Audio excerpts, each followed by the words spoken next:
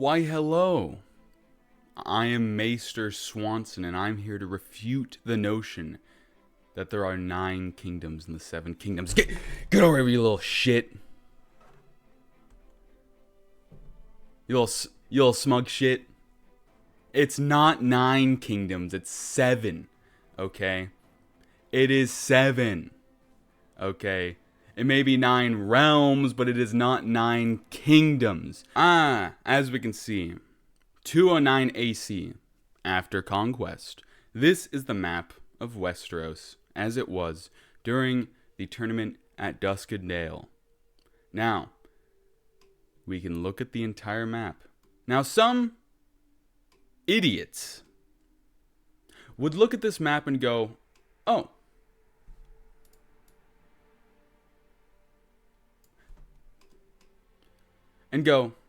oh, 1, 2, 3, 4, 5, 6, 7, 8, 9.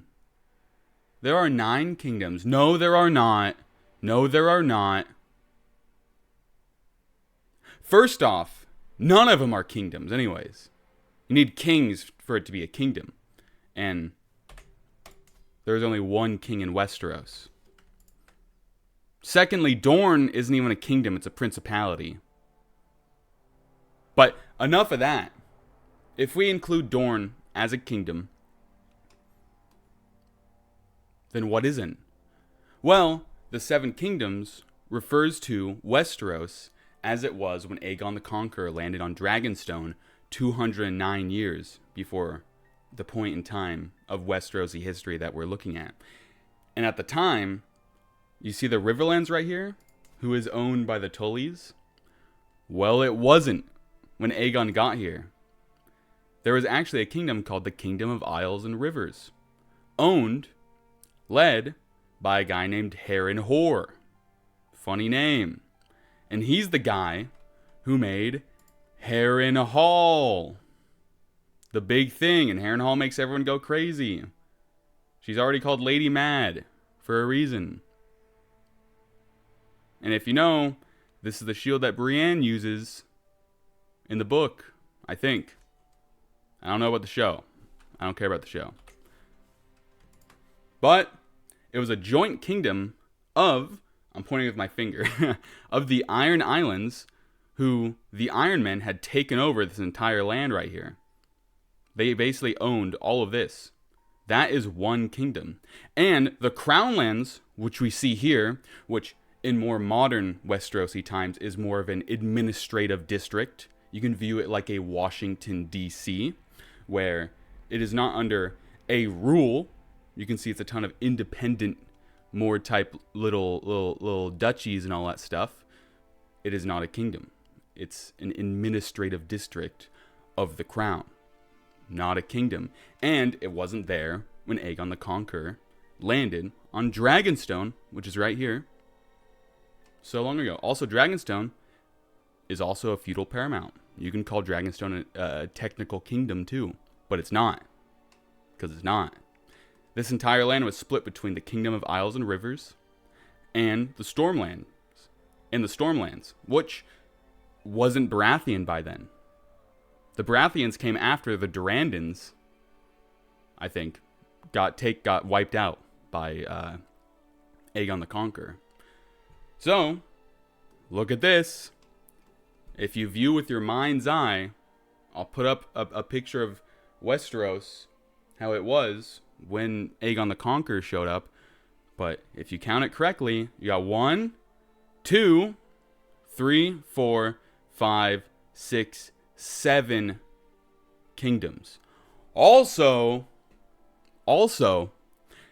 if you want to look at it even more in a modern sense, the Riverlands, which was given to the Tullys after Aegon the Conqueror killed Harren the Black, who's the guy who owned or who ran the Kingdom of Isles and Rivers.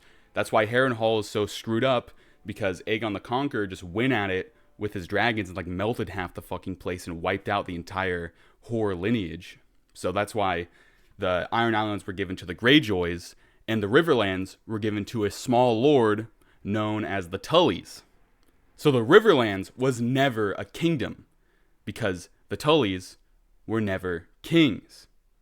So we can strike that off the ledger. And the Crownlands, which is not a kingdom, isn't a kingdom. So 9 minus 2 is 7. So even if you view the lands in its modern terms in the view of a Knight of the Seven Kingdoms, which is around like 100 years before a Game of Thrones, we can count it. 1, 2, 3, 4, 5, 6, 7. There are 7 kingdoms in Westeros. And there always will be. Except that's not true. There was an era where there was like 100 kingdoms. There was like 1,000 years ago when the Andals showed up, there was probably 1,000 feudal kingdoms here and there, you know. Times change, but for now, there are 7 kingdoms. You can be a dick about it and be like, there are 6 kingdoms and 1 principality, because Dorne's a principality. And Dorne got to keep its principality dumb. Principality dumb.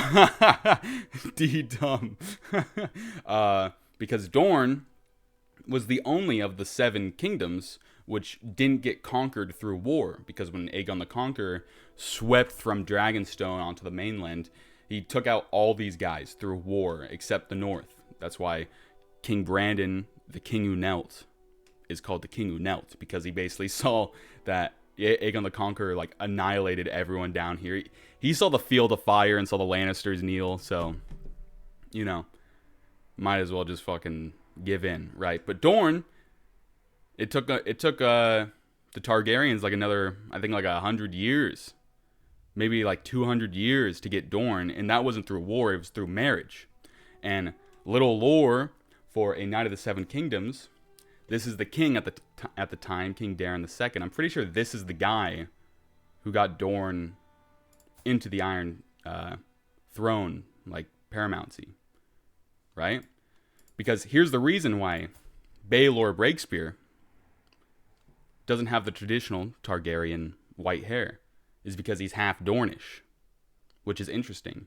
And you can even see at the time of like Robert's Rebellion, the Dornish were married with the Targaryens again. So there is like a very mutual respect with the Targaryens and the Martells, because the Targaryens weren't able to get Dorne through conquest. And that's why Dorne, out of respect, was able to keep its principality, right, under, like, bowing to the king.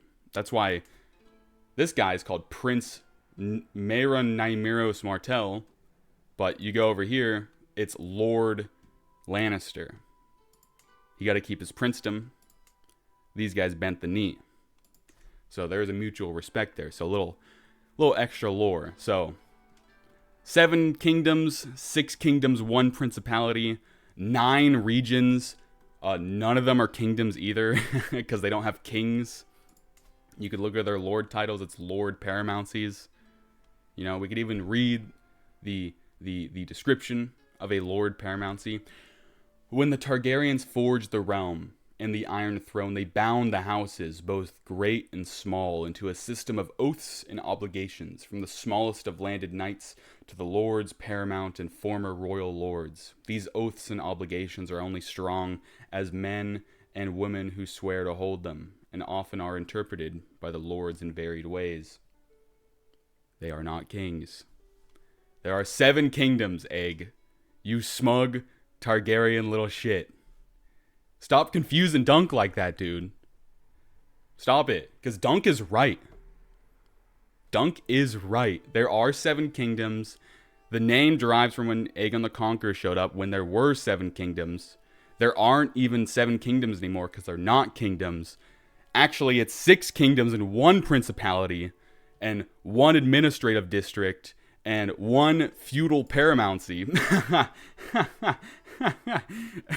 So, if we really want to get into it, it's 9 regions, 6 kingdoms, 1 principality, 1 administrative district, and 1 feudal paramountcy, which are the 9 regions of Westeros. So, get Get the fuck out of here, Egg. I don't want to hear it about 9 kingdoms. It is not 9 kingdoms. You are not calling the Riverlands a kingdom. It is not, and it never was.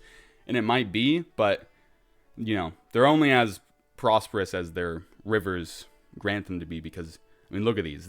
This is just perfect for trade, but also perfect to be raided by the Iron Islands, as why, like, Harren the Black and his ancestors were able to kind of, like, annihilate these lands, because they had a place to kind of base at and then raid the coast here. 9 regions, 6 kingdoms, 1 administrative district, 1 principality, 1 feudal paramountcy. I think that makes 9. So, yeah. So, Egg, you're wrong. Egg, you little prince bitch. Shut the fuck up. Okay? Dunk is right. Dunk is right. Dunk is right. Let's go!